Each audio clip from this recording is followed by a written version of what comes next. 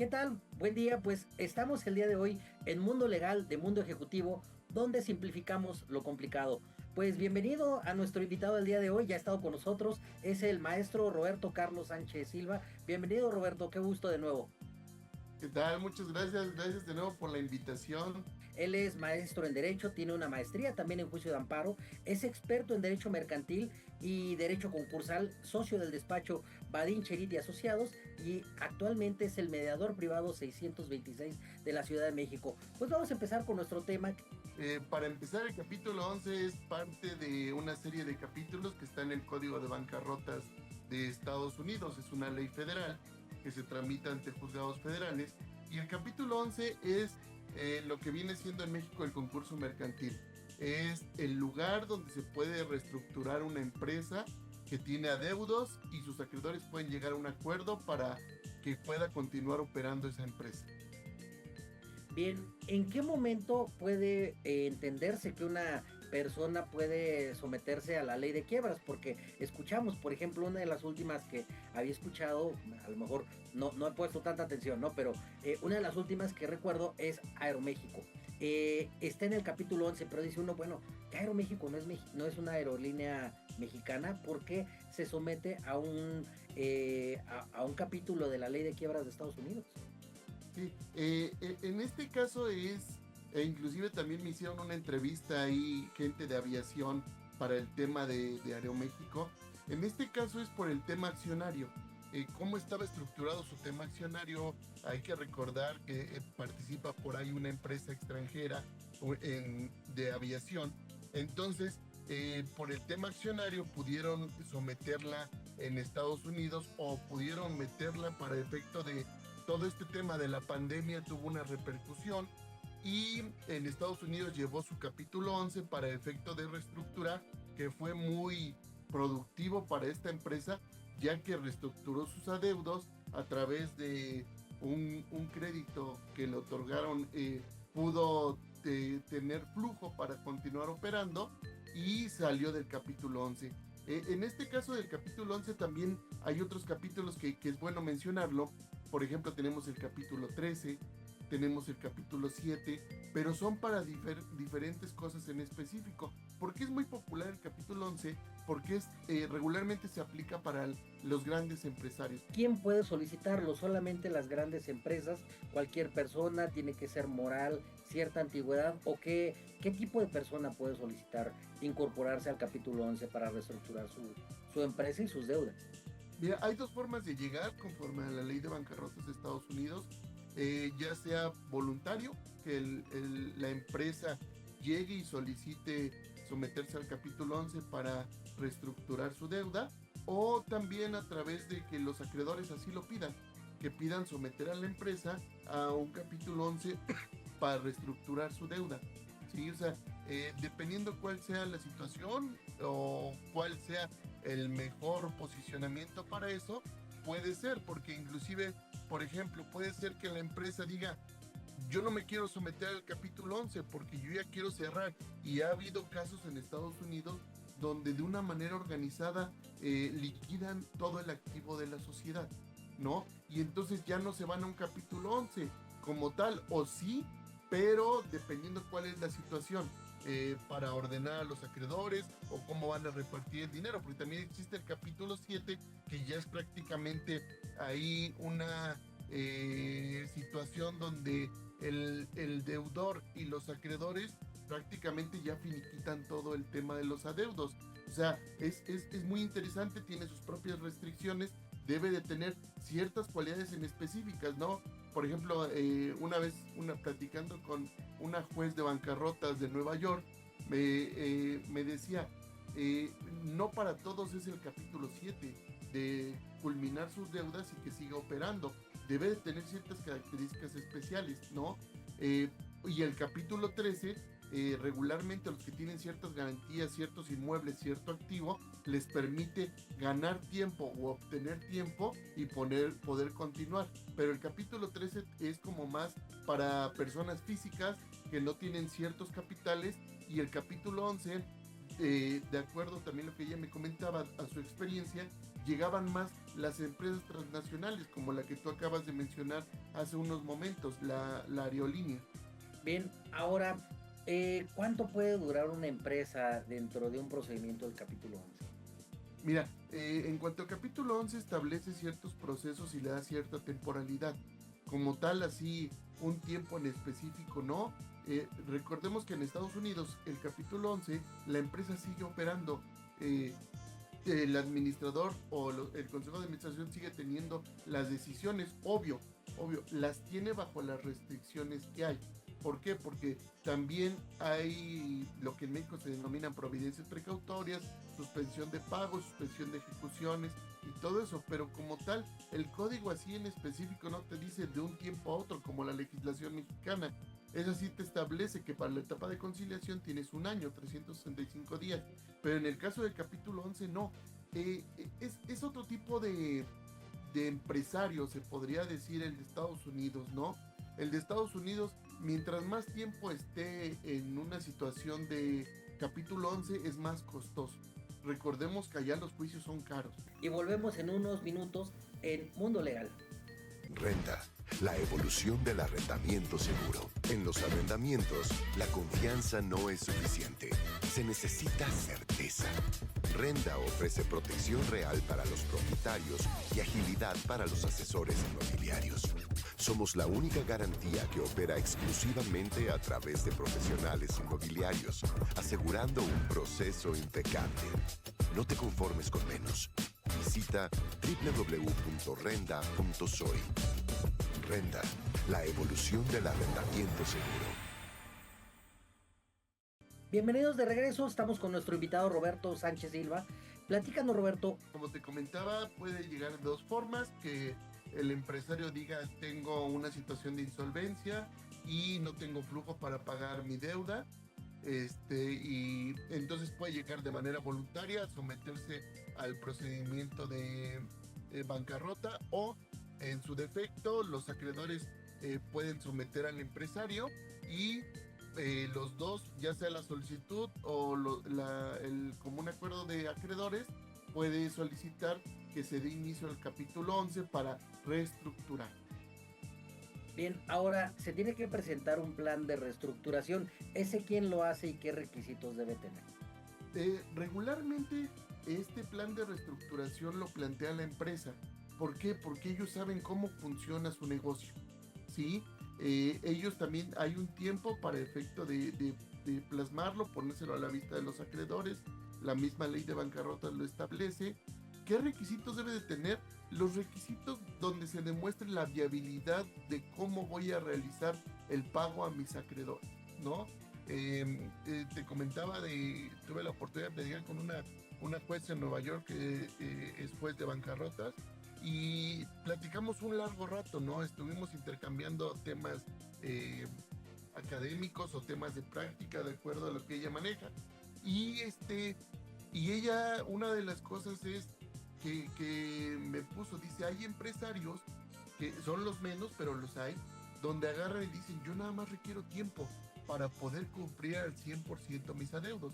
Hay otros que dicen, ni haciendo una corrida financiera, ni mejorando los números de la empresa con esta deuda, tengo. ¿Por qué? Porque cambió la situación de cómo yo realizaba el comercio del producto o del servicio. Entonces, en ese plan de reestructuración, debes de poner cómo se va a presentar el mercado. Hay algunos que lo hacen a 5 años, otros a 7. Castigan más o menos ese plan de negocios para efecto de que sea conservador y que puedan cumplir en tiempo y forma los tiempos y las esperas que se establecen ahí. Ya que se presenta el plan de reestructuración, ¿ese se presenta al inicio o se va desarrollando durante el procedimiento del capítulo 11? Se va desarrollando. Ahora ya ha habido también ciertas reformas, no nada más en el tema del capítulo 11, ya también existe el capítulo 15. Te lo menciono principalmente porque el capítulo 15, por ahí del 2005-2004, ya se implementó en la ley de bancarrotas. Es un tema de un citral. Y entonces ya se trata de regular temas de insolvencia, dándole un estándar. Ya en otros países de de Latinoamérica ya hay esta parte de reestructura previa, ¿no? En México ya lo tenemos también. Entonces, si hay un adelanto de cómo sí puedo yo cumplir mis obligaciones, todo esto suma para que los procedimientos, perdón, terminen lo antes posible, para que la empresa o el empresario se dedique a hacer lo que es experto, el tema del comercio, el tema de la prestación de sus servicios, para que en el menor tiempo posible cumpla con sus obligaciones. Bien, para quien no esté pues familiarizado con este concepto de UNCITRAL, es la Comisión de las Naciones Unidas para el Derecho Mercantil. Derecho Mercantil Internacional. Ahora tenemos este plan de reestructuración que se va desarrollando. Inicia el capítulo 11 e inicia lo que se le denomina STEC. Y en México también la suspensión de pagos. Una de las ventajas del capítulo 11 precisamente es eso, la suspensión de pagos. A partir de que el empresario va ante el juez y dice quiero someterme al capítulo 11, se suspenden todos los pagos de ahí para atrás. ¿Para qué? Para que de una forma ordenada se establezca cuál es el 100% de la deuda. Entonces los pagos se suspenden, lo que continúa es cubriéndose aquellos gastos indispensables para operar. Y ahora, pues si se suspenden los pagos, ¿cómo los acreedores pueden llegar a salvaguardar sus derechos? Fíjate que suena así como algo que la pregunta es buena. ¿Cómo salvaguardar mis derechos para efecto de que ya se suspendieron los pagos? ¿Sí? Como te lo comenté, en un procedimiento de insolvencia todo el mundo pierde. Efectivamente, para efecto de que ellos puedan obtener un pago respecto de ese adeudo, ya sea con una espera o una quita en el transcurso del tiempo, si les debían 10 pesos, a lo mejor les van a pagar un peso en tanto tiempo. Esa es la situación de los procedimientos de insolvencia, que la empresa siga operando.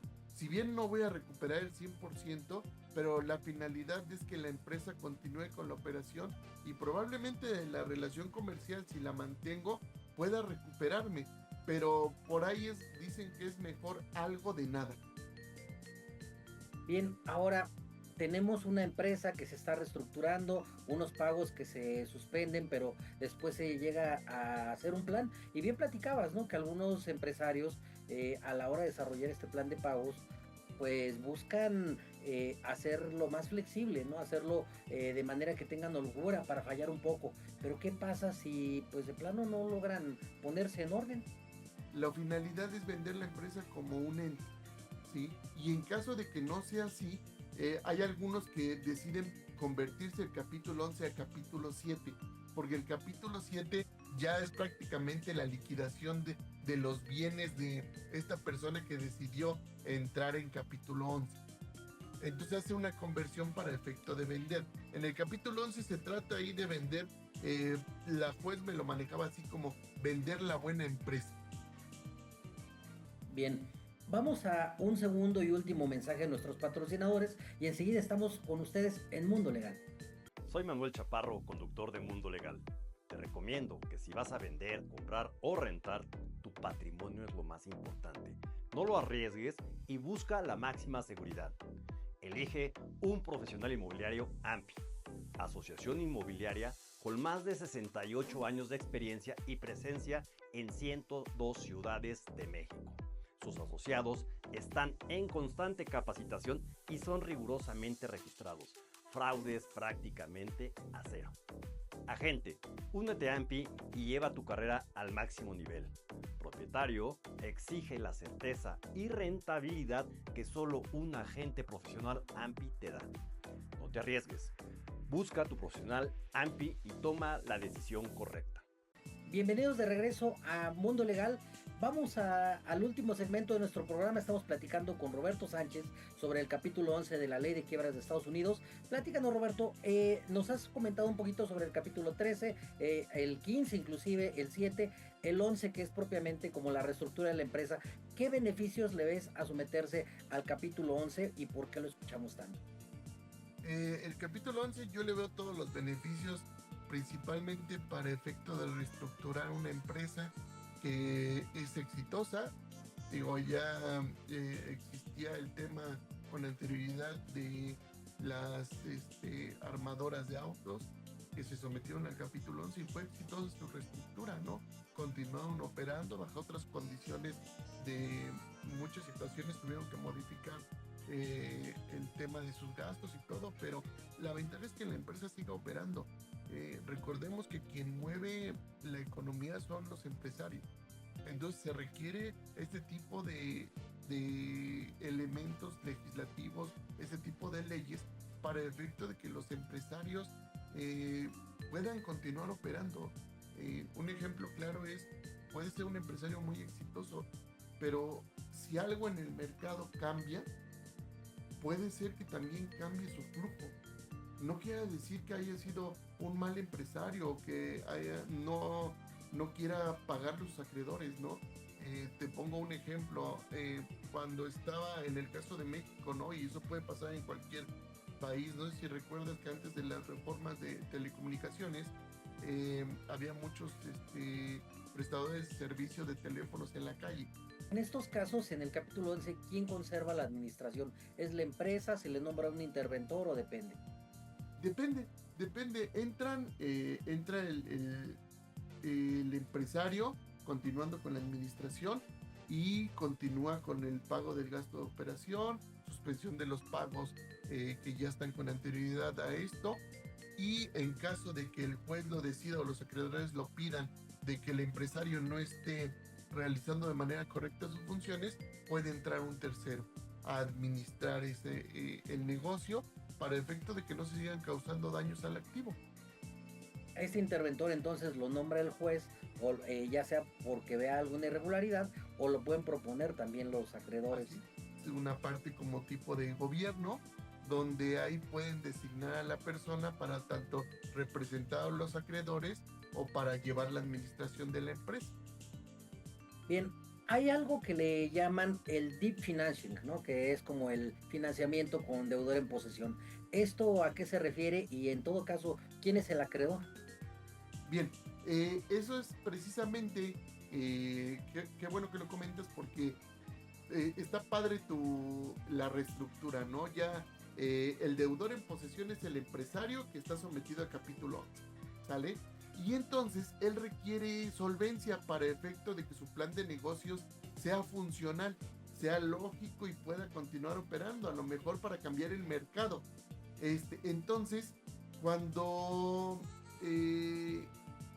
se requiere quien fondee, requerimos este tipo de créditos. Debe de estar autorizado por el juez de bancarrotas, ¿sí? O sea, el juez es el que autoriza que se otorgue ese crédito o ese fondeo al deudor en posesión. ¿Cuál es lo interesante de esto? Que a ese adeudo se le da una mejor prioridad para efecto del pago. Una empresa puede continuar operando si el mercado se lo da y el flujo le entra, pero ¿y si no tiene flujo para cumplir obligaciones? Entonces este tipo de créditos es muy bueno. Obvio, no lo otorga cualquier gente, el costo es caro, los intereses son altos, pero es funcional. Entonces, hablamos, es un crédito prestado por particulares, ¿verdad? ¿O es un crédito que te presta el gobierno? No, particulares regularmente. Digo, yo he tenido dos experiencias de dos asuntos que hemos tramitado en el despacho. Efectivamente, el capítulo 15 que te digo que es en el caso de la ley de bancarrotas, originado por el tema del ONCITRAL, el concurso inicia en el país, ¿no? En el caso de México, inicia el concurso mercantil. Si tiene activos o intereses la empresa en otro país, como en el caso de Estados Unidos, se abre el capítulo 15, que es un reconocimiento de procesos de insolvencia, ¿sí? En los dos que he participado, por eso te puedo comentar, hay mucha colaboración. Situaciones que tú tienes en el país de origen, como en el caso de México, las replicas en el otro país, ¿no? Te pongo un ejemplo, estábamos tramitando un concurso mercantil de esta empresa mexicana y se abrió capítulo 15 en Estados Unidos y entonces obteníamos el apoyo del juez de bancarrotas de Estados Unidos. ¿En qué sentido fue? La notificación a algunos acreedores, el informarle qué es lo que se había determinado aquí en México, el listado de acreedores, se traducía y se le mandaba al juez de bancarrotas y él lo hacía de conocimiento de aquellos acreedores allá, por mencionar algunas situaciones, ¿no? Pero ese es lo que sucede. El procedimiento principal está en México por ser empresa mexicana. Se abre un capítulo 15 en Estados Unidos, ya no es 11, es 15. Esto ha sido Mundo Legal, donde simplificamos lo complicado.